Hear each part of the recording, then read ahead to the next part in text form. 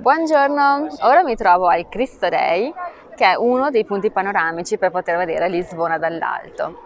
Alle mie spalle si vede la città e il famosissimo Ponte Rosso, il Ponte 25 Aprile, che è molto simile al Golden Gate Bridge di San Francisco. Anche la città comunque ci assomiglia molto.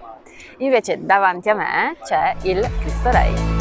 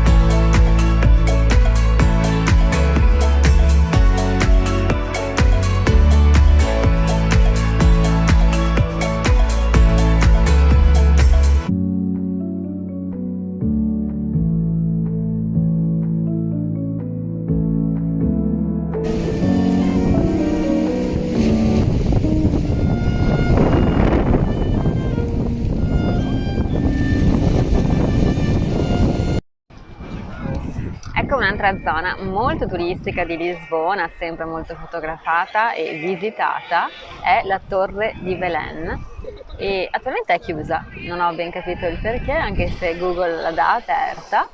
E zona molto turistica, piena di gente, però molto carina. E questa torre era stata costruita come fortezza per proteggere appunto la città dalle persone che arrivavano dal fiume.